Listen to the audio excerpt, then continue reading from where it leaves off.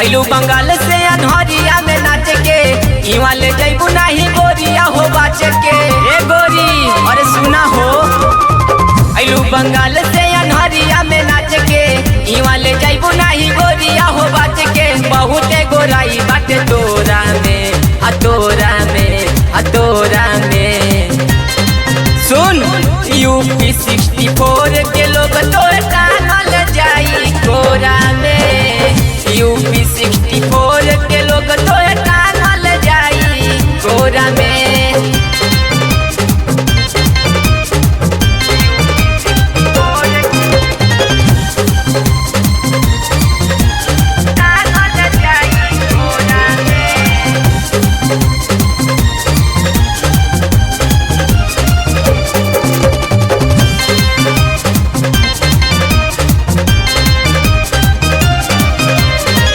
अइलू बराती सटाए गो नचनिया तोहरा के हवे बना ली है कनिया बच के ना जाए प्रभु बुझलू। अइलू बराती सटाए गो नचनिया तोहरा के हवे बना ली है कनिया।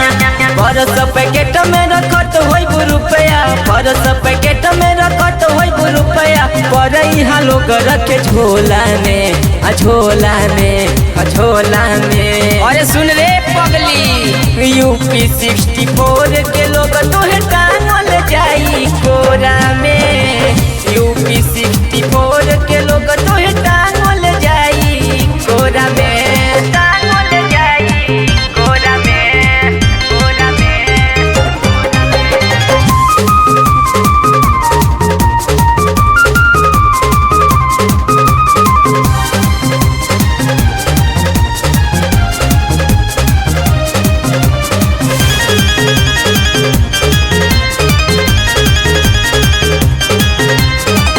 जैसे जैसे हवा गोरी होला अनार हो तब होलो कन के बदल विचार हो।